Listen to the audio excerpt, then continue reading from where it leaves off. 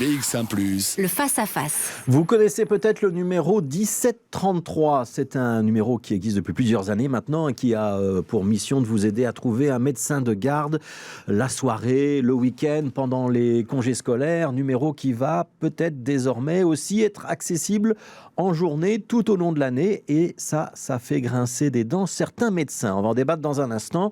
On va d'abord rappeler ce qu'est le 1733, qui n'est peut-être pas le numéro d'urgence le plus connu. C'est un service lancé par le service public fédéral de la santé, Philippe Jacquemont. Exactement, parce que vous connaissez le 112, mais vous ne connaissez pas le 1733. Et pourtant, dans plus de 75% des cas, c'est ce numéro qu'il faudrait composer, parce que bien peu des urgences sont de vraies urgences. Et le 1733 est précisément le numéro pour les appels médicaux non urgents. Un numéro d'appel qui doit permettre à tous d'avoir accès à tout moment à un médecin généraliste. Une nouveauté ? Eh bien, pas vraiment. Le 1733 existe depuis 2014, mais voilà, personne ou peu de personnes ne le connaît. En cause, le côté local du dispositif qui fonctionne par zone. Et du coup, toutes les zones n'ont pas été connectées en même temps. Certaines communes étaient en phase 1, l'appel arrivait donc directement vers le service de garde le plus proche. D'autres communes étaient en phase 2. Vous passiez alors vers un opérateur qui vous redirigeait vers le service en question. En plus, cela ne fonctionnait que le week-end ou les jours fériés. Aujourd'hui, tout cela est uniformisé. Vous composez le 1733, vous choisissez votre langue, le 1 pour le néerlandais, le 2 pour le français, le 3 pour l'allemand, le 4 pour l'anglais. Vous tombez sur un opérateur d'un service de garde qui vous demande votre code postal et vous pose une série de questions, de quoi évoluer vos besoins. Il vous indiquera, selon le cas, la marche à suivre, vous donnera un rendez-vous chez un généraliste. Il peut aussi envoyer le généraliste chez vous, voire vous envoyer même une ambulance.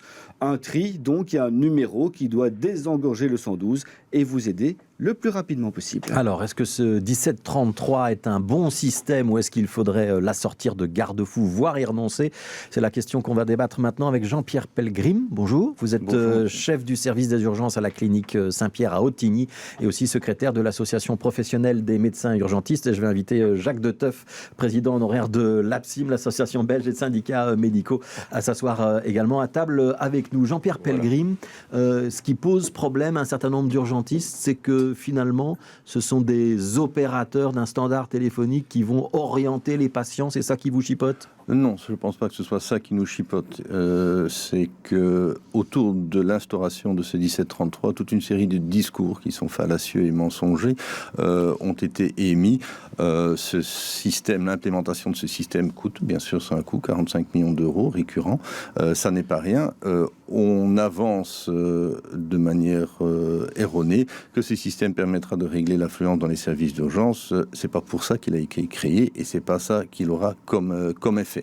D'autre part, on a aussi dit que tous les médecins urgentistes soutenaient ce numéro. Ça n'est pas vrai. Les urgentistes ont été conviés autour de la table au moment où il a fallu revoir les protocoles qui seront utilisés par les dispatchers pour choisir le bon envoi ou prendre la bonne décision face à l'appel du patient. Oui. Et donc, pourquoi ça n'est pas une bonne idée, le 1733, alors fondamentalement pour vous ?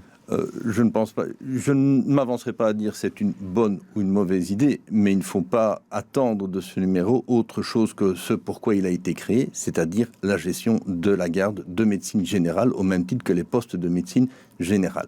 On voit d'ailleurs maintenant dans les zones, comme vous dites, l'implémentation n'a pas été homogène, des zones dans lesquelles il fonctionne, entre autres dans le Brabant wallon, et donc ça concerne mon hôpital. Le 1733, bien sûr, ici maintenant, a décidé en accord avec les postes médicaux de garde qu'à partir de 23h, le médecin qui est encore présent au poste de garde, il y a 3 postes de garde dans le Brabant wallon, ce médecin-là serait réservé aux patients qui relèvent des soins palliatifs, qui sont grabataires ou qui résident dans les Hauts. Et comme autre alternative, il n'en a plus qu'une, soit il envoie le patient aux urgences, soit le patient attend le lendemain pour être soigné. On a donc vu, nous, une affluence de gens qui débarquaient dans le service le week-end, puisque ce numéro pour l'instant ne fonctionne, en tout cas ce système ne fonctionne que le week-end. Donc les gens débarquent dans le service d'urgence. J'ai essayé de voir un médecin, je n'en ai pas vu, je m'excuse, mais je me présente ici. Donc c'est inefficace. Jacques Deteuf, pour l'APSIM, vous avez la même opinion, vous croyez, vous, au 1733 et à ses vertus ? Oui, comme le dit M. Pellegrim, ça a été conçu au départ pour permettre une orientation d'un patient qui ne sait pas où aller, pour essayer de l'orienter particulier vers la médecine générale. Le but était de soulager aussi les généralistes à leur demande, qui étaient de garde tous les jours pour tous leurs patients. C'est-à-dire que si on avait le GSM de son médecin, on l'appelait jour et nuit. Mais au bout du compte, les patients allaient à l'hôpital aussi pour tout et pour rien. On connaît ça très bien dans les services d'urgence. On a dû augmenter les surfaces, le personnel, vu l'afflux, pour des tas de raisons. C'est pas l'objet du jeu ici. Donc le 1733, c'est une volonté du gouvernement fédéral ou de la ministre en titre d'avoir une centrale téléphonique calquée sur le modèle 112, même pas pour les urgences vitales. On peut dire que c'est le 1733, c'est un peu pour la médecine ce qu'on a imaginé pour le 1722, lorsqu'il y a des tempêtes, on dit appelez le 1722 s'il n'y a pas de vie en jeu, et c'est 112 s'il y a une vie en jeu. C'est juste, oui, mais sur le malade, il ne sait pas faire la différence. Donc l'idéal, c'est qu'il appelle le 1733, c'est dans les mêmes... Enfin, c'est Arlon et à Charleroi pour la région francophone, c'est Louvain et Gand, je crois, pour la région flamande. C'est des opérateurs qui sont des infirmiers drillés, ça a été un an de formation. C'est le modèle français, où en fait, il faut un triage qui n'est pas un diagnostic, mais c'est en fonction de questions calibrées de dire d'après ce que vous me dites, il faut aller à l'hôpital ou au poste médical de garde. Donc c'est une orientation. Ça peut marcher, faut regarder. La mise en place a été difficile. Alors aujourd'hui, Santé publique a pris un peu la main, largement, mais au départ, il faut rappeler que ça dépend du ministère de l'Intérieur, l'aide médicale urgente, la vraie 112. Donc ça a été difficile de savoir qui faisait quoi.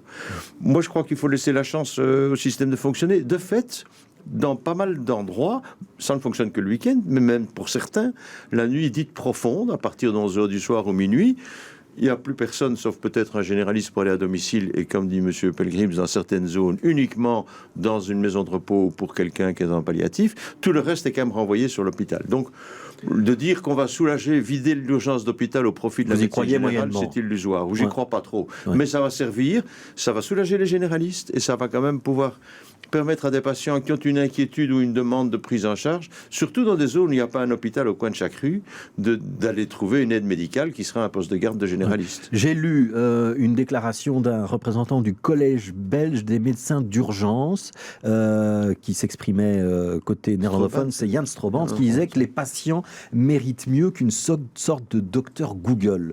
Ça veut dire que les infirmiers dont vous venez de parler, ils ne sont pas assez bien formés ? Ça, je crois pas. Il ne faut pas non plus docteur Google sur autre chose. Ça n'a rien à voir.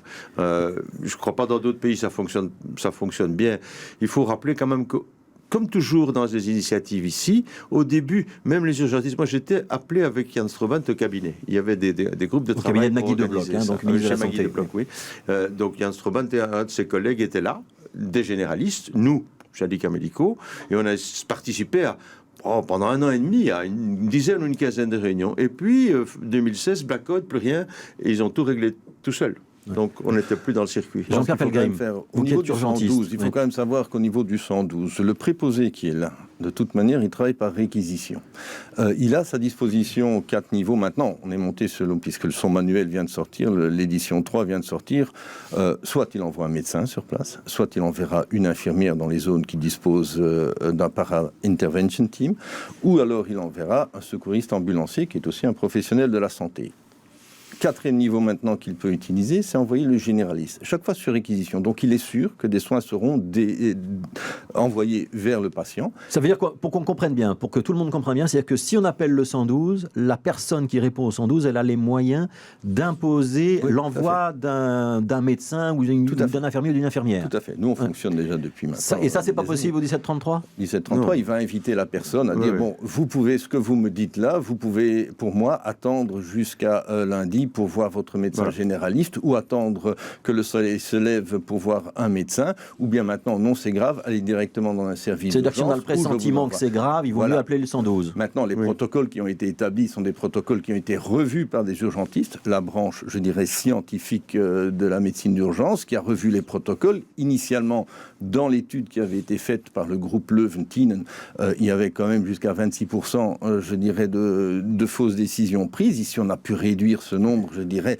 à 12%, ce qui devient fausse décision, ça veut dire qu'on n'a pas orienté la personne comme il fallait. Sous-évaluer et parfois surévaluer la situation avec un mauvais envoi.